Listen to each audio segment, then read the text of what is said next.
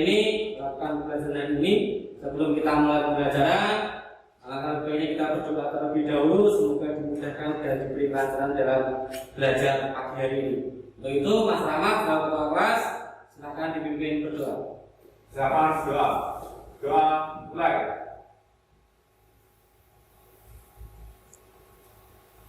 Selesai.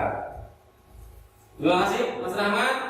Berikutnya, saya ingin melakukan presensi terlebih dahulu pada teman-teman yang ada hari ini. Yang pertama, Mas Arifin. Saya hadir, Pak. Ya. Mas Bagus Ramadan. Hadir, Pak. Mas David Gita. Mas Hendy Firmansyah. Mas Kiki Dwi. Pak. Mas Rahmat Ramadan. Lengkap hari ini, ya. Terima kasih teman-teman.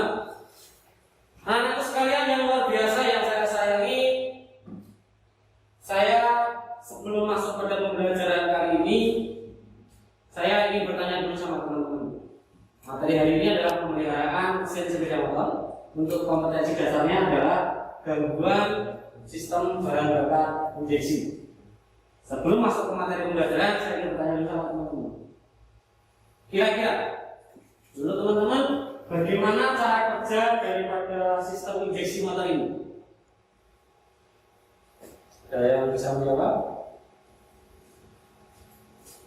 Oke, ini teman-teman, saya kasih analogi atau saya kasih perumpamaan.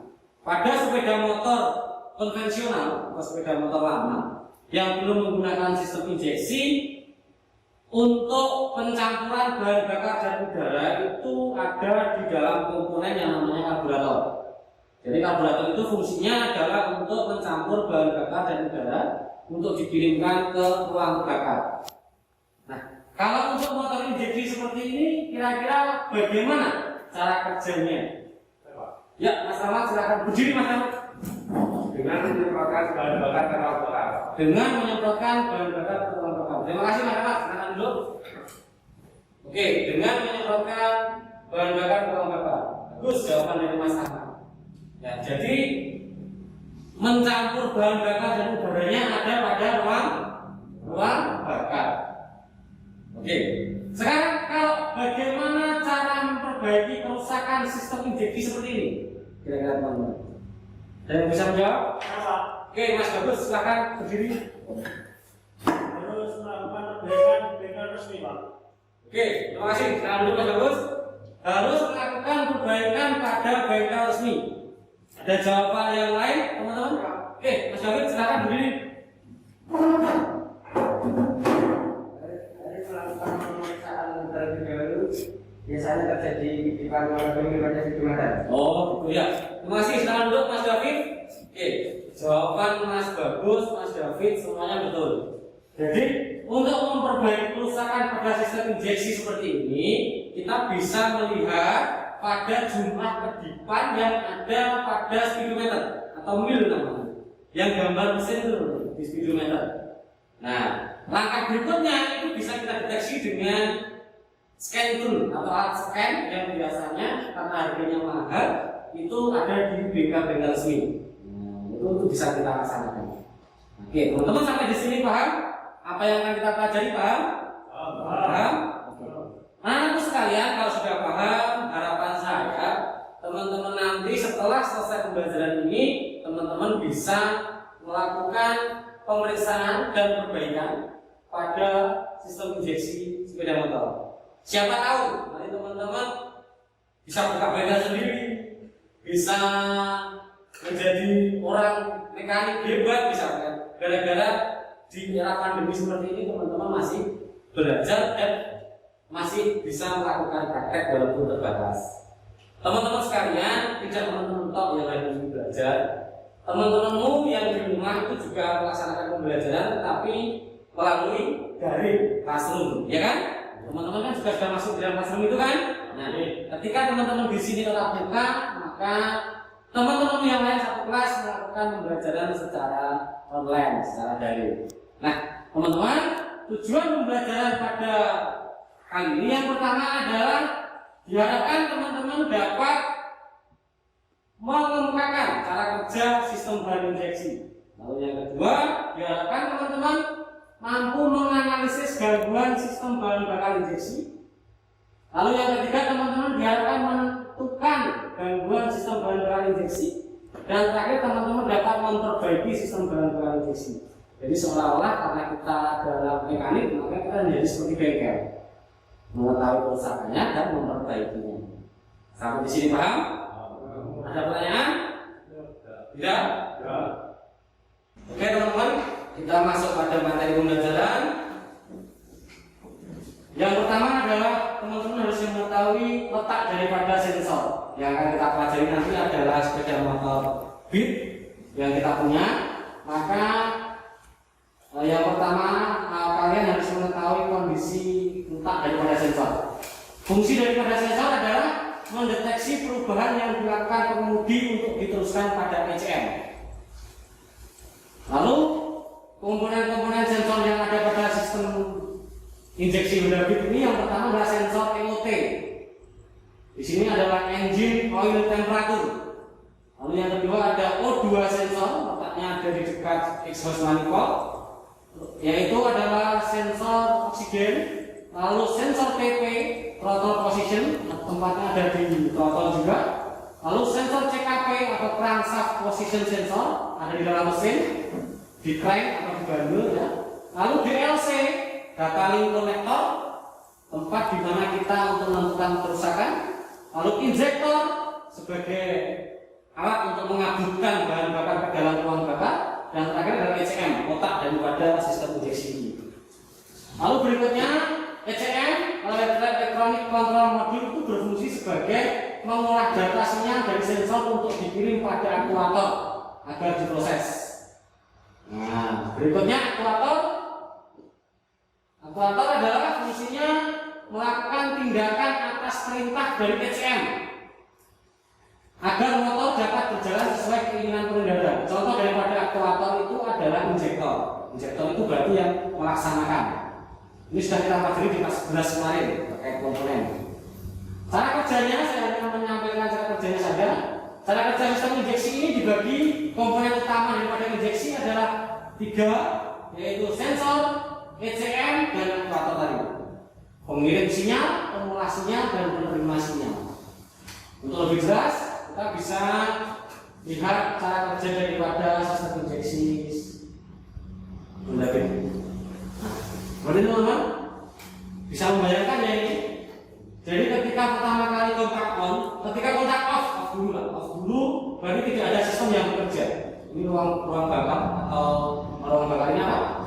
Tangki bahan bakar. Lalu di sini ruang bakarnya, di sini adalah throttle-nya. Udaranya masuk dari sini. Nah, ketika kunci kontak off, maka tidak ada pekerjaan apapun.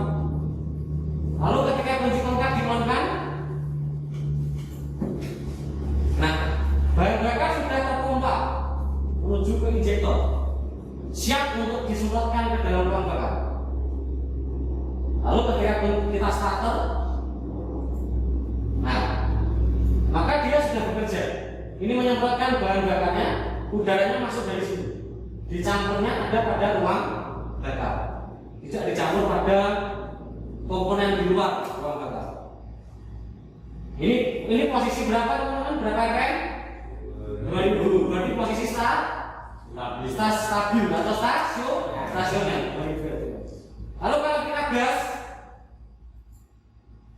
dia akan membuka semakin lebar throttle-nya.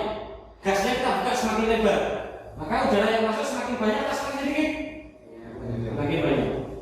Kita tarik lagi gasnya semakin kecepatan tinggi, maka di sini dia akan membuka tambah lebar dan udara yang masuk semakin banyak.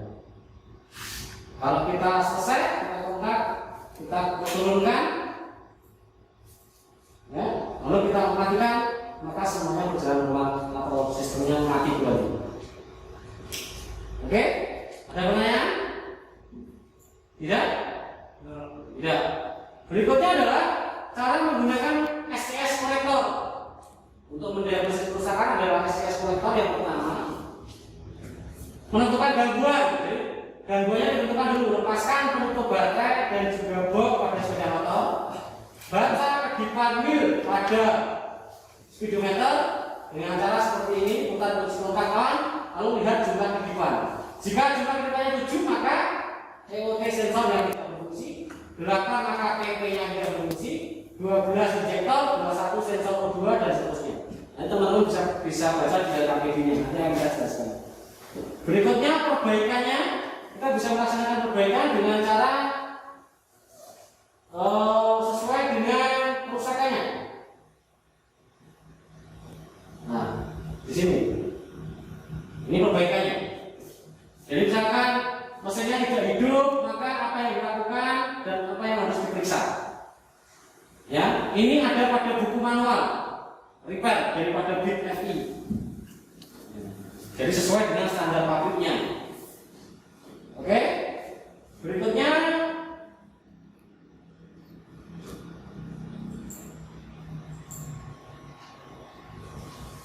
setelah kalian melaksanakan perbaikan, maka yang dilakukan berikutnya adalah set ECM. Caranya seperti ini. Lalu set PP. Caranya seperti ini. Jika komponen yang rusak adalah PP sensor. Kalau bukan PP sensor berarti tidak perlu melakukan reset PP. Paham maksud saya? Paham. Ini menggunakan apa teman-teman? SCS connector.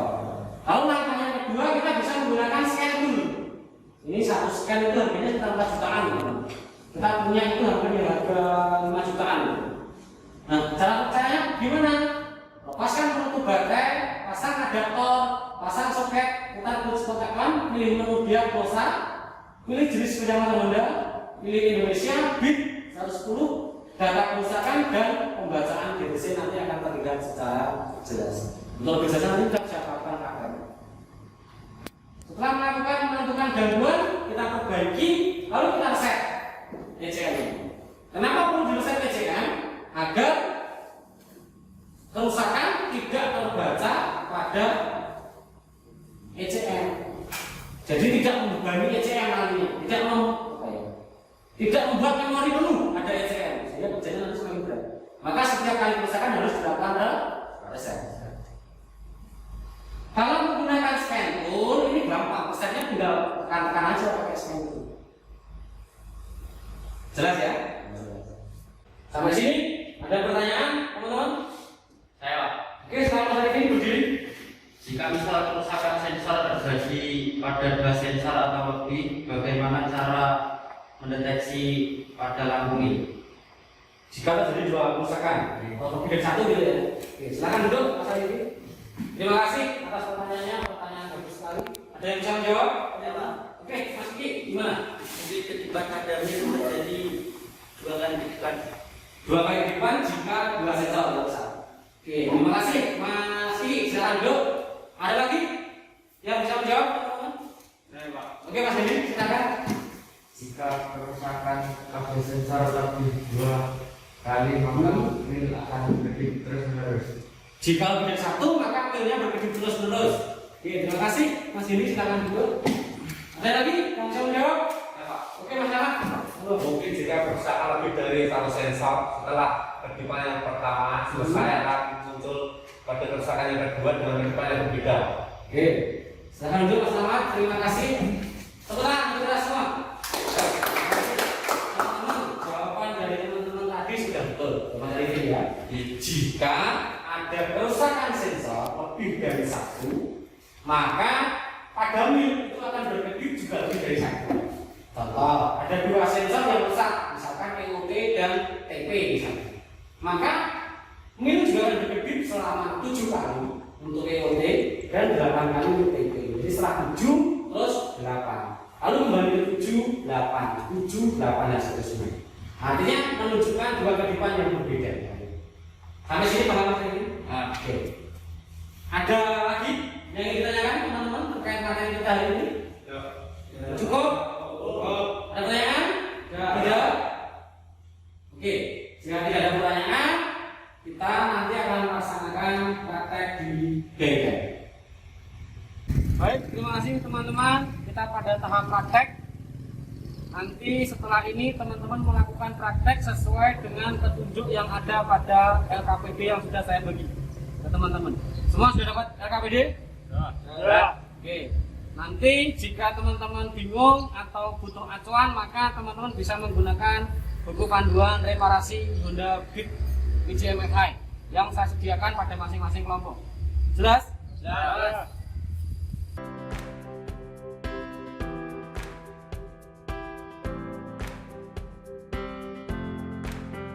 Baik teman-teman, teman-teman sudah saya bagi kelompok pada menerbit, ya. Nanti teman-teman silakan melakukan identifikasi kerusakan yang ada pada motor kalian masing-masing. Motor kalian sudah saya trouble, sudah saya ganggu sensornya. Nanti silakan teman-teman identifikasi dan lakukan perbaikan. Jelas? Ya. Oke. Motor ini bermasalah, kalau silakan diperbaiki. Silakan.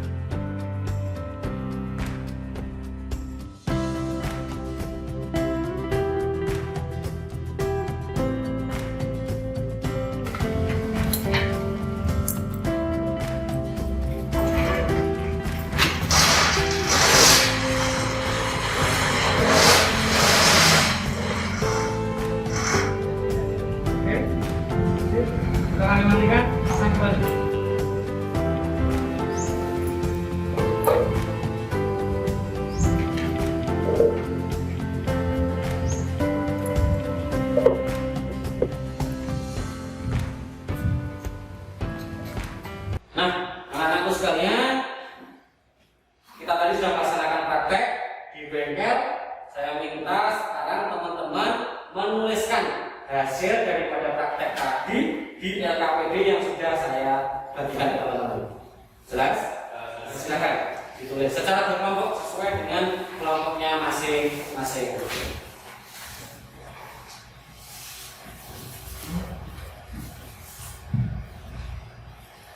Ya, tadi perusahaan nama dia.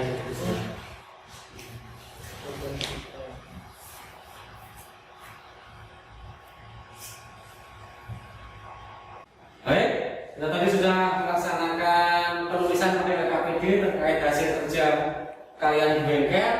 Untuk itu saya ingin salah satu dari kelompok teman-teman melakukan presentasi apa yang sudah dilaksanakan hari di bengkel. Barangkali ada yang melakukan presentasi? Saya Pak. Oke, silakan Mas Bagus ke depan. Beri tepuk tangan untuk Mas Bagus. Oke, silakan Mas Bagus disampaikan. Assalamualaikum warahmatullahi wabarakatuh. Waalaikumsalam. Saya di sini akan mempresentasikan hasil analisis kerusakan sistem injeksi sepeda motor Honda dengan menggunakan SCS konektor. Ya. Jumlah kedipan pada sistem injeksi level kedipan. Kedipan. Kemungkinan kerusakan yang terjadi TP sensor Pak. TP sensor. Ya. Langkah pertama perbaikan yang dilakukan. 1. Menyalakan mesin. Ya. 2. Periksa kedipan mil. 3. Perbaiki kerusakan TP sensor dengan cara menancapkan terminal sensor secara tepat. 4. Lakukan pemeriksaan jumlah kedipan mil kembali. 5. Berikutnya riset ECM. Berikutnya riset TP. Cek kembali putaran mesin. Dan terakhir pasang kembali box. Jelas teman-teman ya. Berarti kedipannya ada 8, berarti TP sensor, ya kan? Lalu langkah-langkahnya mulai dari perbaikan, identifikasi, perbaikan sampai melakukan pengecekan, ya. Ada yang ditanyakan teman-teman? Barangkali dari presentasinya bagus. Saya Pak. Oke, silakan lanjut. Saya bertanya Bu, ketika saya melakukan riset ECM beberapa kali gagal, apakah penyebabnya? Mungkin penyebabnya Oke, silakan dulu Mas Arifin. Mas Arifin dulu. Oke, terima kasih Mas Arifin. Kalau bagus, mungkin penyebabnya ke Mas Arifin.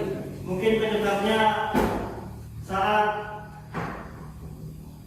melepas SCS konektor yang terlalu cepat atau terlalu lama sehingga riset ECM belum selesai. Oke, Mas Arifin, mungkin riset apa terlalu cepat atau terlalu lama ketika SCS-nya tadi dilepas. Mungkin jadi sehingga gagal. Gagalnya tadi berarti berkedip lama ya, karena gagal ya. Oke, jelas Mas Arifin?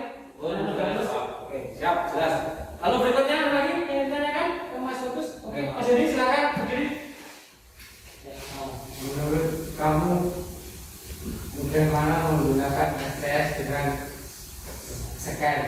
SCS dengan scan. Oke, terima kasih. Silakan duduk Mas Yudi. Ya, Mas Bagus tadi menggunakan scan juga kan? Ketika praktek, ya. Menurut Mas Bagus bagaimana? Menurut saya lebih mudah menggunakan scan Pak. Ya, kenapa? Karena tinggal menentukan mengatur saja Pak. Kalau tinggal mengatur dan menentukan saja ya. Ya, Yang lebih mudah menggunakan scan. scan. Mas Yudi, tadi menurut Mas Yudi gimana? Lebih mudah mana? Scan apa SCS? SCS Pak. Menurut Mas Yudi lebih mudah menggunakan SCS ya? Oke, jadi kita punya apa? Tipe sendiri-sendiri, tapi semuanya sama-sama benar. Oke, terima kasih. Beri tepuk tangan Mas Bagus.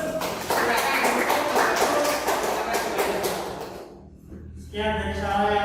Wassalamualaikum warahmatullahi wabarakatuh. Waalaikumsalam.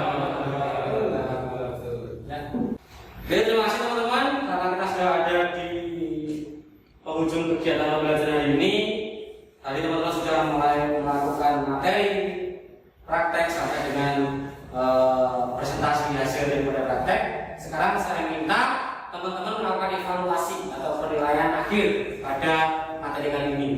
Silakan teman-teman gabung di kuisis ini ya, yang lewat Android teman-teman, untuk melaksanakan kegiatan penilaian akhir. Silakan gabung pada kuisis ini teman-teman. Ya, Mas Rahmat Silakan. Dulu. Ya, Mas Kiki, Mas Yedi, Mas David, masuk.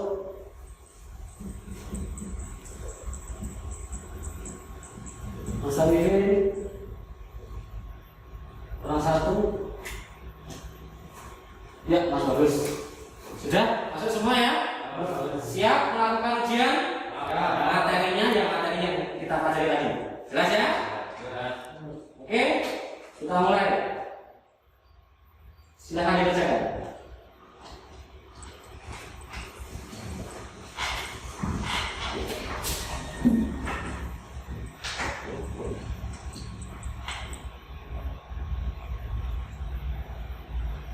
Ya, Mas Arifin betul, Mas Rahman betul, Mas David betul. Nah ini naik ini, nomor satu. Oh, nomor satu disalib Mas Rahman. Oke, Mas Arifin yang lagi. Ya. Ini salib-saliban nih. Mas Arifin salah satu. Oke, terima kasih teman-teman sudah melakukan penilaian tadi. Sekarang kita ambil kesimpulan daripada pembelajaran kali ini. Untuk itu ada yang ingin menyampaikan kesimpulan? Oke, silakan Mas Ahmad berdiri. Itu saja. Kesimpulan pembelajaran hari ini adalah satu, cara kerja sistem injeksi dengan cara menyemprotkan bahan-bahan melalui nozzle. Dua, gangguan pada sistem injeksi biasanya terletak pada sensor. Tiga, gangguan sistem injeksi umumnya pada soket atau komponen sensor. Empat, cara memperbaiki gangguan injeksi dengan memeriksa komponen yang rusak. Oke, cukup. Terima kasih Mas Ahmad. Duduk utama Mas Ahmad, selamat duduk kembali. Nah, tadi kesimpulannya, jadi yang pertama adalah kita mengetahui cara kerjanya, yaitu dengan cara menyemprotkan bahan bakar pada nozzle. Lalu yang kedua, kita dapat menentukan gangguan biasanya ada pada sensor. Dan yang ketiga, kita biasanya ada pada perbaikannya, ada pada kerusakan dari soket ataupun sensor itu sendiri. Itu dari kesimpulan kita hari ini. Ada yang ditanyakan, teman-teman? Sudah? Oke, terima kasih untuk hari ini. Jangan lupa nanti penugasan tetap dilaksanakan atau dikerjakan pada kelas. Oke ya? Terima kasih untuk hari ini. Minggu depan kita akan belajar lagi terkait dengan sistem daripada overhaul mesin bensin. Untuk itu, terima kasih. Silahkan kita berdoa untuk mengakhiri pembelajaran kali ini. Mas Ahmad, monggo. Doa. Mulai. Selesai. Terima kasih. Tetap jaga kesehatan, tetap jaga jarak, tetap pakai masker. Sampai ketemu minggu depan. Selamat pagi. Assalamualaikum warahmatullahi wabarakatuh.